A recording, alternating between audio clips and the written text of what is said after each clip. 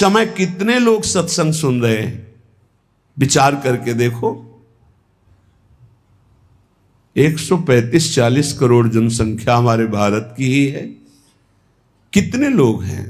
1500 लोग होंगे, 2000 होंगे। कितने लोग सुन रहे हैं? कितना अहोभाग्य है। इस समय हम भगवत चर्चा सुन रहे हैं यमुना जी के पावन पुलिन पे बैठकर। यही यमुना प्रवाहित होती थी। ये पुलिन है जहां पर बैठे हो, यमुना जी की धारा यहीं बहती थी परिक्रमा मार्ग में। कालीदय में देखो सीढ़ियां बनी हुई, यहीं से यमुना जी, ये कालीदय जो कुंड है ये यमुना जी का ही किनारा है। जहां आप बैठे यमुना की धारा में, अब यमुना जी थोड़ा साइड में हो गई। हमें वृंदावन में प्रिया प्रीतम की महान कृपा भरे सत्संग सुनने को मिल रहा है। ये विशेष कृपा, इस पर भी विशेष कृपा कि हमारी बुद्धि भजन करने के लिए सब कुछ त्यागने के लिए तैयार है। विशिष्ट कृपा, हमारी बुद्धि अब कह रही कि छोड़ो सब कुछ, भजन में लगो, भजन में लगो। इस सुअवसर को हाथ से मत जाने देना, नहीं तो कृपा का अपमान करने वाला केवल पछताता ही पछताता है। ये अहेतुकी कृपा हो गई है। तुम बड़े भाग्यवान हो अगर तुम्हारा मन श्री प्रिया प्रीतम के भजन में लग रहा है, तो तुमसे बड़ा कोई राजा नहीं है। दुखी मत हो। और जिनका भजन में मन नहीं लगा, भोगों में लगे, उनसे बड़ा कोई कंगाल नहीं। चाहे कोई कितना भी बड़ा धनी जमींदार, चाहे जितना बड़ा पदाधिकारी हो, यदि भगवान से विमुख है, धर्म से विमुख है, अधर्माचरण करता है और खूब ऐश्वर्य वैभव, तो उससे बड़ा कोई भिखारी नहीं, क्योंकि हाथ में कुछ नहीं लगेगा पाप के सिवा। आज तुम्हारा वास कमजोर है, तुम्हारे खान पान की व्यवस्था कमजोर है, तुम्हारा कोई साथ नहीं दे रहा है, संपत्ति भी नहीं है, लेकिन तुम प्रिया प्रीतम का नाम जप कर रहे हो, तो कह रहे तुमसे बड़ा कोई राजा नहीं है, तुम बहुत बड़े धनी हो। देख लेना समय पर जब ये फसल अपना रंग दिखाएगी। भजन में तुम्हें कुछ त्याग करने के लिए हम नहीं कह रहे हैं। तुम जो काम करते हो धर्म पूर्वक करो, जो काम करते हो प्रभु को समर्पित कर दो, और नाम जप करते रहो। शरीर को सेवा का साधन बना दो, मन को सुमिरन में लगा दो।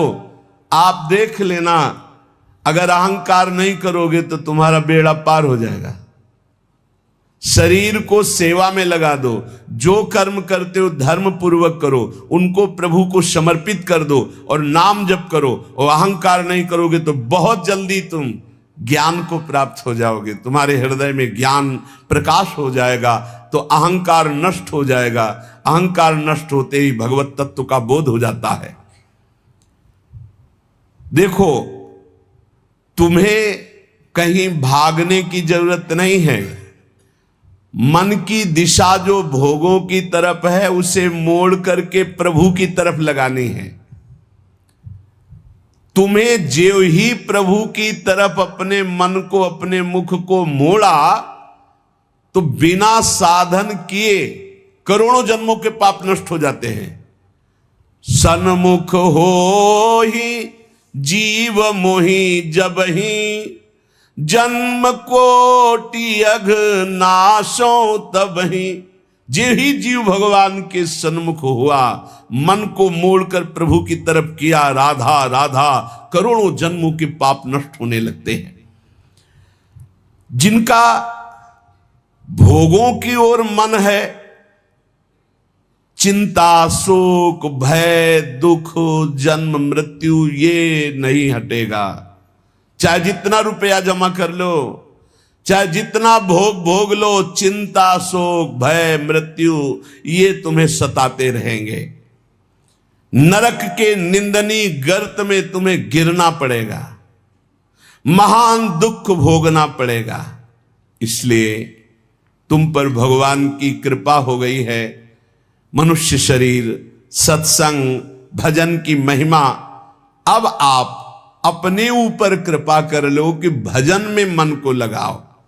विश्वास करो, अपने को जो भजन में लगाता है मानो पग पग पर अपनी सुरक्षा कर रहा है, पग पग पर अपने को सुख की तरफ ले जा रहा है। और जो अपने मन इंद्रियों को भोगों में लगा रहा है तो पग पग पर अपने को फंसा रहा है, वो दुख भोगने की तरफ जा रहा है। देखो भगवत कृपा बरस रही है, सब तरफ से कृपा बरस रही है, तुम्हारे ऊपर अपार कृपा हो गई है। बस तुम इस कृपा का परिचय करो और इस कृपा के परिचय को प्राप्त करके डूब जाओ। हमारे ऊपर अपार कृपा श्री जी की। भगवत प्राप्ति के लिए ये बहुत अनिवार्य है कि इस कृपा का आदर करो। जो जो आपके ऊपर कृपा हुई उसको वर्ण करो। कितनी कृपा। ये देखो वृंदावन में बैठ करके भगवत चर्चा, कथन, श्रवण, नाम कीर्तन, पद गायन, संत दर्शन, भगवत दर्शन, कितना सौभाग्य। जगत को सुधारने वाली बात भी अपने मन में मत लाओ। तुम ठेकेदार नहीं हो जगत के, पहले तुम सुधरो तब बात समझ में आएगी। तुम्हारा सुधार हुआ कि जगत को सुधारना नहीं, ये सब भगवत स्वरूप है। पहले तुम सुधरो। और प्राय ये होता है कि हम जगत सुधारने की बात, जहां थोड़ा परमार्थ बना तो हम दूसरों को सुधारने की बात सोचने लगते हैं। पहले तत्व तक पहुंचो, पहले बोध प्राप्त करो, नहीं तो बीच में अगर पूरे सच्चे खिलाड़ी नहीं हो तो माया के पार्षद टांग मार के अपने पक्ष में गिरा लेंगे और तुम अपने पक्ष में पहुंच नहीं पाओगे। इस जगत को प्रभु स्वरूप समझो और अपने आप को प्रभु के चरणों में न्यौछावर करके चुपचाप दीन बन के अपने को छुपाते हुए दीन बंधु के सुमिरन में खो जाओ। जो थोड़ी भक्ति करके लोगों में परिचय बनाना शुरू कर देते हैं कि मैं भगत हूं, मैं अमुक अनुष्ठान कर रहा हूं, मैं अमुक अमुक साधना कर रहा हूं, बिकने लगते हैं। याद रखो वो प्रभु की प्राप्ति के पथ से बहुत ही भटक जाते हैं। प्रभु के प्रेम रंग को प्राप्त करने के लिए जब तक भगवत प्राप्ति ना हो जाए तब तक परिचय को छुपा के रखना चाहिए। अपना परिचय कोई न जान पावे कि मैं कौन हूं, क्या हूं, कैसा हूं। जितना तुम परिचय छुपाओगे अपना, उतना परिचय प्रभु अपना प्रकाशित कर देंगे आपके सामने। और जितना आप अपना परिचय बढ़ाओगे उतने प्रभु अपना परिचय छुपाते चले जाएंगे। सिद्धांत को समझ लो। जितना आपका परिचय छुपेगा उतना ही आप अपना परिचय प्रकाशित कर देंगे, और जितना आप अपना परिचय प्रकाशित करेंगे उतना ही आप अपना परिचय छुपा लेंगे। प्रभु याद रखो, तुम्हारे ऊपर कृपा निरंतर बरस रही है। कृपा चारों तरफ से घेरे हुए है। कोई क्षण भी ऐसा ना जाए जिसमें तुम कृपा सिंधु प्रभु का विस्मरण कर दो। स्मरण परायण रहे, एक भी क्षण स्मरण के बिना ना जाए। कोई भी क्षण ऐसा नहीं जिसमें तुम विस्मरण करो। सावधान, तुम्हारे ऊपर अपार कृपा है, इसी जन्म में भगवत प्राप्ति कर लो। हम 40 वर्ष की स्मृति को देख करके कह रहे हैं, क्योंकि खास स्मृति जो जागृत हुई इसमें बड़ा परिवर्तन, 40 वर्ष में बड़ा परिवर्तन। आगे अगले जन्म में क्या हमको भजन करने के लिए अवसर मिलेगा पता नहीं, कितना विघ्न आ जाएगा। इसलिए तुम वंचित न रह जाओ भगवत प्राप्ति से, नहीं तो बहुत दुख भोगना पड़ेगा।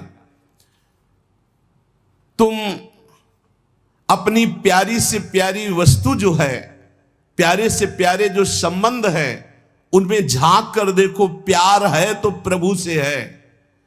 अगर प्रभु शरीरों से निकल जाए तो कोई शरीर से प्यार नहीं करेगा, चाहे पत्नी हो, चाहे पुत्र हो, चाहे कोई प्यारा हो। तुम उसी प्यारे से प्यार करो, निहाल हो जाओगे। सचमुच विश्वास करो, वो सामने नहीं आ रहा पर वो छुप छुप कर आपको बहुत प्यार कर रहा है। सब मम प्रिय, सब मम उपजाए। सच्ची सच्ची सच्ची बहुत प्यार करते हैं प्रभु, बहुत प्यार करते हैं प्रियाजू अपने लोगों को। अहेतुकी कृपा, हमारा प्यार देखो क्या है।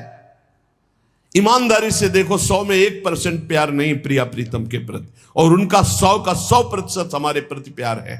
देख लो कहां हम कौन हैं, कैसे हैं, आज भी कैसे हैं, और उनकी कृपा कहां बैठा ले, क्या कर रही कृपा उनकी, कितना अमोघ। हम कर रहे हैं तो बुरा ही कर रहे हैं, और वो कर रहे हैं तो कृपा ही कृपा कर रहे हैं। हम सो ना बिगाड़न को, तो सो ना समारन को, तो ही मोई परी होड़। जब ये बात हम देखते हैं तो रोना आता है, कहां उनकी अपार कृपा और कहां हमारी नीचता। वो अज्ञात रूप से आपको बहुत प्यार करते हुए हर समय आपको दुलार कर रहे हैं। वो तुम्हें कभी एक क्षण के लिए भी नहीं छोड़ते। तुम केवल निरंतर स्मरण करो तो तुम्हें दिखाई देगा कि उनका परम अभय कर कमल तुम्हारे सर पर रखा हुआ है। अब किसके आशीर्वाद की मांगने की जरूरत है? तो आप पूछेंगे कि यदि इतनी बात आप कह रहे हैं कि हमारे को चारों तरफ से भगवान की कृपा घेरे हुए है, हमारे ऊपर भगवान का अभय वरद हस्त है, तो फिर मैं जल क्यों रहा हूं, मेरे अंदर जलन क्यों है, हृदय क्यों नहीं शीतल हो जाता? दिन रात हृदय में शोक है, विषाद है, चिंता है, आग की तरह जल रहा, चैन नहीं मिल रही है। ये क्या कृपा है आपकी? ये क्या आपका अभय वरद हस्त है? आप कह रहे हो सब पर कृपा है, तो मेरा तो हृदय जलता रहता है, मेरा तो हृदय विषाद चिंता शोक से युक्त रहता है। तो उत्तर यह है, ना आग है ना जलन है, तुम समझ नहीं पा रहे हो। तुम्हारी उल्टी सोच की जलन है, तुम्हारी उल्टी समझ के कारण यह जलन है। अगर समझ जाओगे तो निहाल हो जाओगे। तुम्हारी उल्टी चाल है, दुख की तरफ चल रहे हो, असत का चिंतन कर रहे हो, जो जलन है उसका चिंतन कर रहे हो, उसमें फंसे हो, इसलिए जल रहे हो। क्या होगा? इतनी संपत्ति से क्या होगा? इतना हो जाए तो आज तक कोई ऐसा मिला हो कि हाथ उठा के भगवान से कह दिया हो कि बस अब मत देना, संपत्ति हमारे लिए पर्याप्त है? कभी नहीं। 100 तो हजार, हजार तो लाख, लाख तो 10 लाख, 10 लाख तो करोड़, करोड़ से अरब, अरब से खरब। कितना मर जाओगे, एक चवन्नी तुम्हारे हाथ नहीं जाएगी, 25 पैसे हाथ नहीं जाएंगे। बस ये सोच तुम्हारी तुम्हें नरक ले जाएगी, तुम्हारी दुर्गति कर देगी। यही तुम्हारे जलन का कारण है। जलन का कारण भगवान नहीं है, जलन का कारण और कोई व्यक्ति नहीं है। जलन का कारण आपकी सोच है, आपका चिंतन है, आपका भाव है। इसी भाव को, जो मलिन भाव है, भगवत भाव में लगा दो, अभी आनंद में डूब जाओगे। आपका चिंतन। 2 ब्राह्मण बैठे हुए थे पास, एक भगत आया, उसने कहा आज हमें 2 ब्राह्मण भोजन कराने हैं, आप चलेंगे? बोले हाँ हाँ। गए, अच्छे से भोजन पाया, बाहर निकले, 11 रुपया दे के पैर छुआ। तीसरा ब्राह्मण दूर खड़ा देख रहा था, तो एक ब्राह्मण मुस्कुरा रहा था जो प्रसाद पाके आया था, और दूसरा जल रहा था। तीसरे ब्राह्मण ने पूछा कि आप मुस्कुरा क्यों रहे? तुम कहा यार आज तो भोजन की भी व्यवस्था नहीं थी, भगवान ने कितनी कृपा की, भोजन भी मिला, 11 रुपया दक्षिणा मिली। दूसरे से कहा आपका चेहरा उदास है, आप जलन से युक्त क्यों है? ले यार हमने सोचा था 51 रुपया देगा, 11 दिया, तो 40 का तो घाटा हो गया ना, इसलिए चल रहा हूं। अब उसमें बोलो भगवान की क्या कमी है? भगवान ने दोनों को भोजन दिया, 11 दक्षिणा दी, उसका भाव उसको जला रहा है, उसका चिंतन उसको जला। एक खुश है कि भोजन भी मिला, 11 रुपया मिले, एक नाराज है, जल रहा है कि 51 तो देता, 40 का घाटा हो गया, हृदय में जल रहा है। ये जलन, ये शोक, ये चिंता, ये विषाद तुम्हारे चिंतन से है, तुम्हारी गलत दिशा से है, तुम्हारे गलत आचरणों से। भगवान की कृपा आप पर है, पर आप गलत दिशा जा रहे हैं, आप गलत चिंतन कर रहे हैं, आपका गलत भाव है, इसलिए आप शोक विषाद चिंता भय आदि में हैं। तुम्हारा ज्ञान अज्ञान ही है, क्योंकि तुम दुख को सुख मानकर भोगने के लिए दुख की तरफ जा रहे हो। इस संसार में जिसको कहीं कुछ भी अच्छा लग रहा है, कोई भोग, कोई व्यक्ति, कोई उत्पाद, कोई वस्तु, वो अज्ञान ही है। दुखालयम अशाश्वतम बोर्ड लगा दिया भगवान ने। यहां नाशवान सब कुछ है, जो कुछ भी आपके पास है, और सब दुख देने वाला है परिणाम में। वर्तमान में तो तुम्हें सुखद लगेगा, लेकिन परिणाम में दुख देने वाला यहां सब कुछ है। जो दिखाई दे रहा है वो है नहीं, जो है वो दिखाई नहीं दे रहा। यही माया का कार्य है। इसलिए तुम्हारी सुख की कामना तुम्हें दुख दे रही है। तुम्हारे हृदय में जो ये भाव बैठ गया है कि हम रुपया से, पद से, भोगों से, नाना प्रकार की सामग्री अगर हम मन चाही मिल जाए तो मैं सुखी हो जाऊं, कभी सुखी नहीं होगे। अगर मिल भी जाए तो कभी सुखी नहीं हो सकते, क्योंकि तब लग कुशल न जीव को, सपने हु मन विश्राम, जब लग भजत न राम को, शोक धाम तज काम। जब तक शोकों के धाम कामनाओं का त्याग कर भगवान का भजन नहीं होगा, तब तक शांति नहीं मिल सकती स्वप्न में भी मन को। ये जो सृष्टि दिख रही है ये ऐसी है नहीं, ये अविद्या के कारण दिख रही है। ये ब्रह्ममय है, ये भगवत स्वरूप है। भगवान गीता जी में कह रहे हैं वासुदेवा सर्वमिति स महात्मा सुदुर्लभा। जो महान आत्मा ऐसा देखता है कि सब भगवान, केवल भगवान, पूरे के पूरे भगवान, मत्ता परतरम नान्यत किंचिदस्ति धनंजय, किंचन मात्र कुछ और नहीं, वो भगवान की कृपा से परमानंद में डूबता है। चलो, यदि तुम नहीं सुधर सकते, नहीं छोड़ सकते, तो जो होता है होने दो, तुम नाम को पकड़ लो। तुम्हारे रोकने से न मन रुक रहा है, न इंद्रियां रुक रही, न बुरे आचरण रुक रहे हैं। छोड़ो, रोकने की बात छोड़ो, पकड़ो, नाम को पकड़ो। राधा राधा राधा। अपने आप घृणा ना हो जाए तो हमसे बता देना, अपने आप घृणा हो जाएगी, पक्का हो जाएगी। बड़े बड़े विषयी पुरुषों को ऐसी घृणा हुई कि जीवन में लौटकर कभी भोगों की तरफ नहीं देखा। जीवन में लौट करके ऐसे आसक्त भोगी पुरुष, और जिस समय नाम का कृपा प्रसाद चढ़ा तो लौट करके नहीं देखा उन भोगों की तरफ। तुम तो बस अपने मंगलमय प्रभु के चिंतन में चित्त को जोड़ दो, फिर देखो कैसा परिवर्तन होता है। तुम किसी स्थिति की खास कल्पना मत करो, निश्चिंत हो जाओ। तुम नाम के जपने में चित्त को जोड़ दिया तो ऐसे सुख के प्रवाह में पड़ोगे, तुम्हें पता ही नहीं है कि कितना सुख नाम जापक को मिलता है। अगर नाम जप नहीं करोगे तो तुम्हें पता है तुम सुख के लोभ में ऐसे भयानक जगह गिरने जा रहे हो जहां से तुम्हें केवल केवल हरि बचा सकते हैं, दूसरा नहीं। बड़ा सुंदर दिखाई दे रहा है, बड़ा लुभावना सुखद दिखाई दे रहा है, लेकिन भगवान से विमुख होकर जब इसको भोगने जाओगे तो ऐसा फंस जाओगे कि निकलना मुश्किल हो जाएगा। संसार एक ऐसा सुहाना दलदल है जिसमें जानबूझ के जाके फंस जाया जाता है। दलदल का मतलब होता है ऊपर से एकदम सूखी पपड़ी, ऐसा लगता है कि बिल्कुल आप थल में आराम से चले जाइए, कहीं कोई परेशानी नहीं, और जो ही गए सो गले तक गए, एकदम रबड़ी जैसा वो मिट्टी होती, धंसते चले जाओ। ऐसा दुखद, ऐसा चिंता शोक जलन वाला संसार इतना सुहावना बना है माया से कि जानबूझ करके हम इसमें कूद जाते हैं और जलते रहते। चिंता शोक भय ईर्ष्या द्वेष काम क्रोध लोभ मोह मद मत्सर एक है,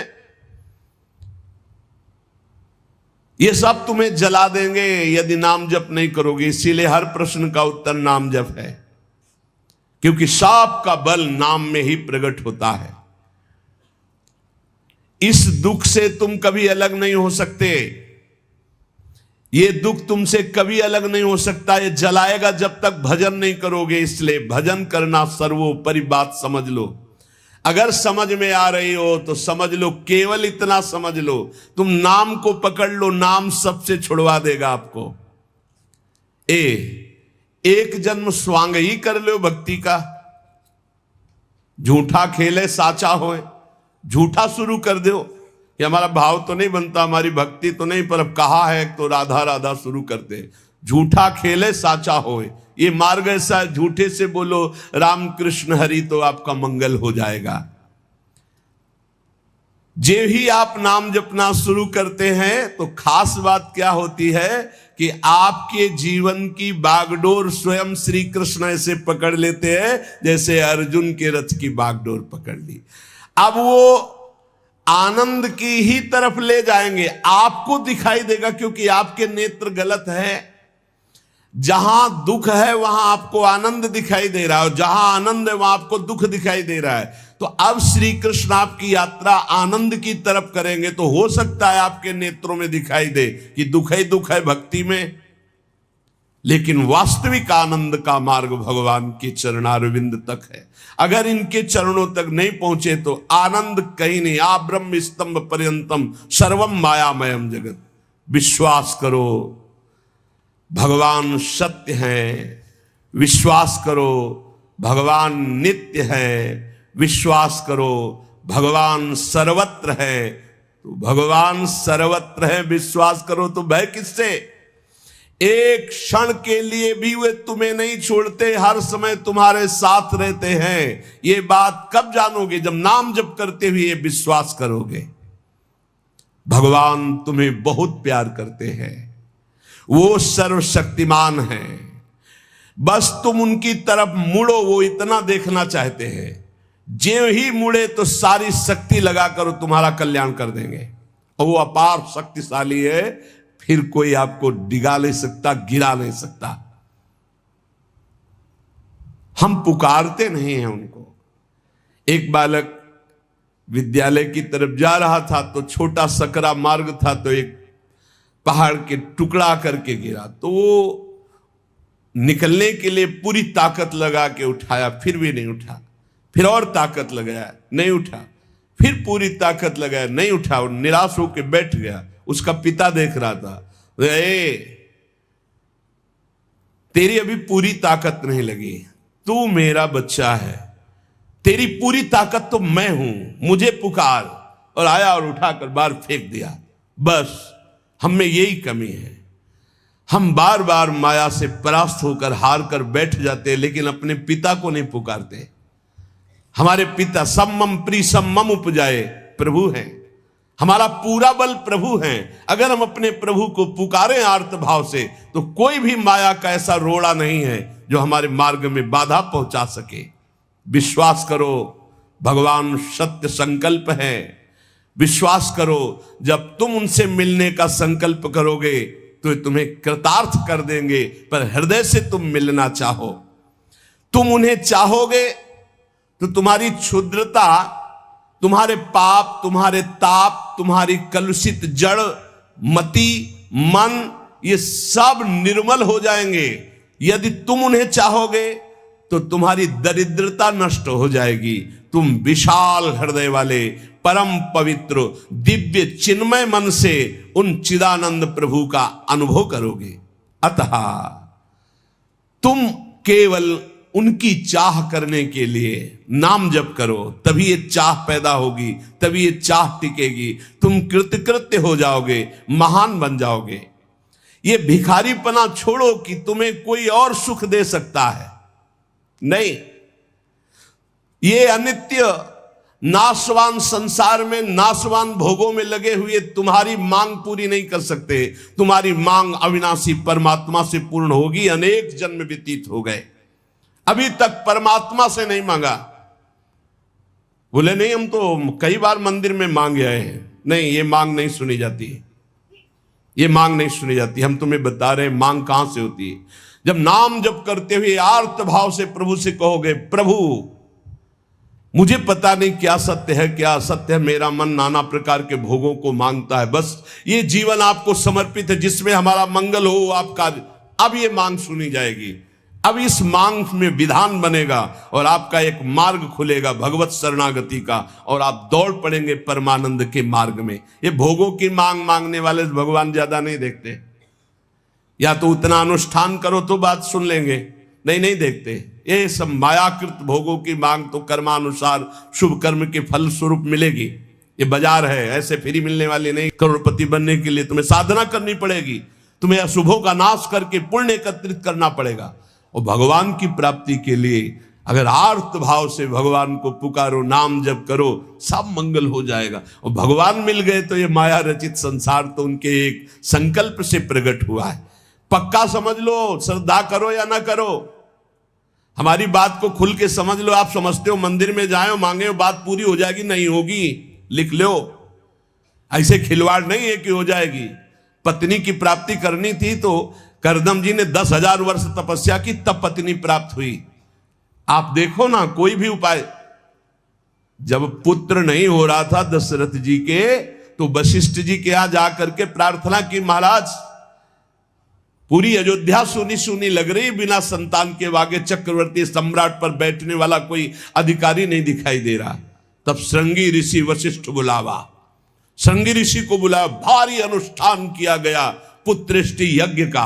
और उसी यज्ञ में श्री भगवान के प्रादुर्भाव होने का संयोग बना, खीर प्रकट हुई और उसे विभाजित किया गया। 4 पुत्र हुए, भगवान श्री राम, लक्ष्मण, शत्रुघ्न, भरत जी। क्या अद्भुत तो अनुष्ठान भगवान ने ये दिखाया।